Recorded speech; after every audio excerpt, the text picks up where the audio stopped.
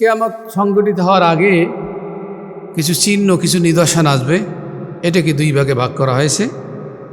একটি হলো ছোট ছোট নিদর্শন, আর একটি হলো বড় বড় নিদর্শন। রাসূলুল্লাহ সাল্লাল্লাহু আলাইহি সাল্লাম কিয়ামতের আগে ছোট ছোট যে নির্দেশনাগুলোর কথা বলেছেন, কিয়ামত সংগঠিত হবে তার আগে এই ঘটনাগুলো ঘটবে। যখন মানুষ যুদ্ধলব্য সম্পদকে ব্যক্তিগত সম্পদ মনে করবে, যুদ্ধ ময়দানে যুদ্ধে বিজয় লাভ করেছে মুসলমানেরা, সেই সম্পদ যারা নিজের ব্যক্তিগত সম্পদ মনে করবে, এটা যখন শুরু হয়ে যাবে তখন মনে করতে হবে কিয়ামত আমাদের কাছাকাছি। আমানতকে নিজের ব্যয়ের বস্তু মনে করবে। ওয়াল আমানাতু মাগনামান।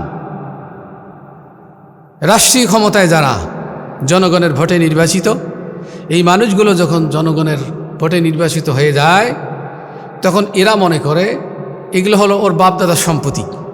কাজেই এই রাষ্ট্রীয় সম্পদগুলো বাইতুল মাল, রাষ্ট্রীয় কোষাগার থেকে নির্ধারিত সম্পদ, বরাদ্দকৃত সম্পদ নিজের ব্যক্তিগত সম্পদ মনে করে, যা আমরা নিজের চোখে দেখছি। ওয়াজ জাকাত ও মাগরামান, আর জাকাতকে মানুষ জরিমানা মনে করবে। আজকে আমরা সেই প্রেক্ষাপটে দেখেছি 1990 সালে ইসলামিক ফাউন্ডেশনের একটা হিসাব ছিল যে বাংলাদেশে যত অভাবী মানুষ আছে তার যেটা চাহিদা, আর বাংলাদেশে যত বিত্তশালী ধনী সম্পদশালী মানুষ আছে তার যত সম্পদ, সেই সময় জাকাতের সম্পদ যদি তারা দিত, জাকাতের সম্পদ আদায় হতো 2000 কোটি টাকা, আর এক বছরের অন্ন, বস্ত্র, খাদ্য, চিকিৎসা চাহিদা পূরণ করতে লাগতো 1600 কোটি টাকা, 400 কোটি টাকা উদ্বৃত্ত থাকতো। আজকে অনেক দিন পর 2025 সাল, এই 25 সালে আমরা হিসাব করি বাংলাদেশে লক্ষ লক্ষ কোটিপতি। এরা যদি এক বছর জাকাতের টাকা আদায় করে তাহলে বাংলাদেশে জাকাতের টাকা দিয়ে বন্যা বয়ে যাবে, কোনো সন্দেহ নাই। কিন্তু যার যত বেশি সম্পদ তার অন্তরটা তত বড় ছোট, তারা জাকাতকে জরিমানা মনে করে। মানুষ পার্থিব উদ্দেশ্যে এলমে দিন শিক্ষা করবে। রাসূলুল্লাহ সাল্লাল্লাহু আলাইহি সাল্লাম বলেছেন, যারা দুনিয়ার কোনো পদের জন্য এলমে দিন শিখবে, জান্নাত তো দূরের কথা, জান্নাতের ঘ্রাণও পাবে না। অথচ 40 বছরের রাস্তার দূরত্ব থেকে জান্নার ঘ্রাণ পাওয়া যাবে। এলমে দিন শিখতে হবে আল্লাহ তাআলার সন্তুষ্টির উদ্দেশ্যে। যারা দুনিয়ার কোনো পদবীর জন্য এলমে দিন শিখবে, আল্লাহ তাআলা বিনিময়ে তাদেরকে জাহান্নামে নিক্ষেপ করবেন। সন্তানেরা মায়ের অবাধ্য হবে, স্ত্রীর খেদমত করবে।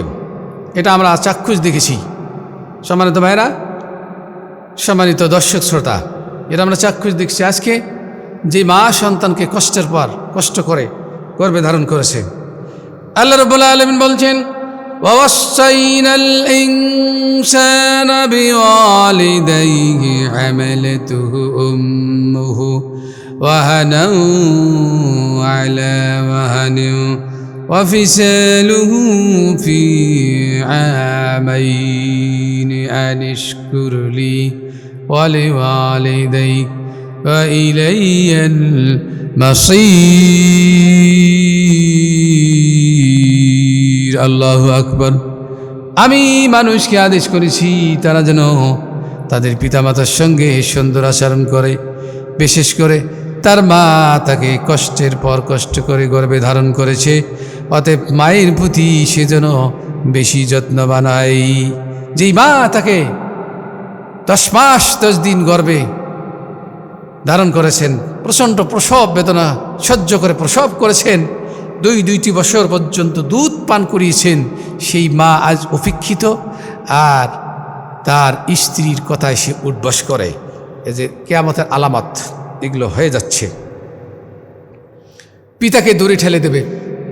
আমরা লক্ষ্য করে দেখছি পিতাকে দূরে ঠেলে দিচ্ছি। বন্ধুবান্ধব খুব কাছের, কিন্তু যেই বাবা তার জীবনের সমুদয় শক্তি প্রয়োগ করে সন্তানের জন্য রুজি করেন, সেই বাবাকে তারা বলে গেল কপাল পরা সন্তান।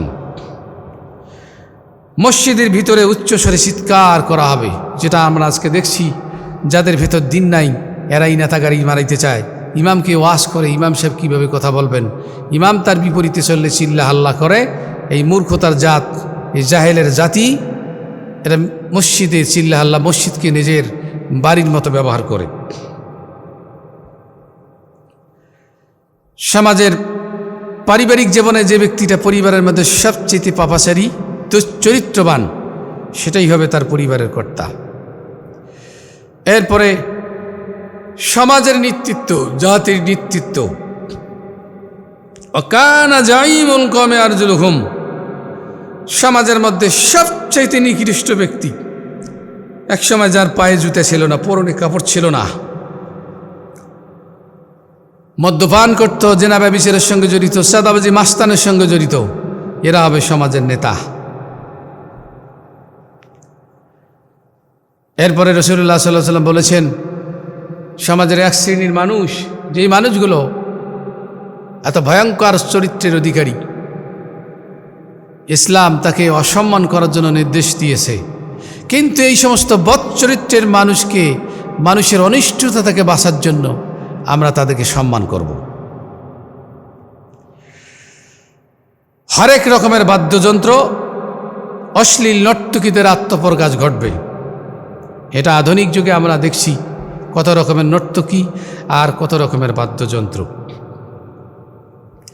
এবং আরখান হাদিসে রাসূলুল্লাহ সাল্লাল্লাহু আলাইহি ওয়াসাল্লাম বলেছেন যে একসময় নর্তকীরা তোমাদের মাথার উপরে নাচবে। যে কিভাবে? জিজ্ঞেস করলেন, মাথার ওপর নর্তকী নাচবে কিভাবে? দেখেন না, টিভিটা এমনভাবে সেট করছে, মাথার ওপর মানুষ হা করে দেখতেছে, নর্তকীরা ওখানে নাচছে। ব্যাপক হবে মদ্যপান, মদ্যপানে সয়লাভ। আজকের এই সমাজে প্রেক্ষাপটে আনাসে কানাসে, ঘরে ঘরে, রোমে রোমে, প্রত্যেকটা গলিতে মদ নামে বেনামে চলছে। রাসূলুল্লাহ সাল্লাল্লাহু আলাইহি ওয়াসাল্লাম বলছেন যে আমার উম্মতের একটা অংশ এরা মদের নাম পরিবর্তন করিয়ে কোমল পানীয় ইত্যাদি নাম দিয়ে দেবে। আজকে সেটা চলছে। পরবর্তী লোকের যুগেরা পূর্ববর্তী লোকদেরকে তারা অভিশাপ দেবে। ভাইরা দেখেন, পূর্বের যারা চলে গেছেন, খায়রুল্লাযীনা কুরুন, আল্লাহ রাসূল সাল্লাল্লাহু আলাইহি ওয়াসাল্লাম নিজের কণ্ঠে বলেছেন যে আমার সাহাবীগণ সর্বোত্তম সম্প্রদায়। পরবর্তী যুগের লোকেরা পূর্ববর্তী জাতির লোকদেরকে, পূর্ববর্তী যুগের লোকদেরকে অভিশাপ করবে এই কারণে যে তারা কত খারাপ ছিল। যে না, আসলে যার যত নিচু মন তারা নিচুই চিন্তা ভাবনা করে, যেহেতু সে যেমন আর মানুষেরা কর্মের দিক দিয়ে অত্যন্ত নিকৃষ্ট, তারা নিকৃষ্ট চিন্তা ভাবনাই করবে।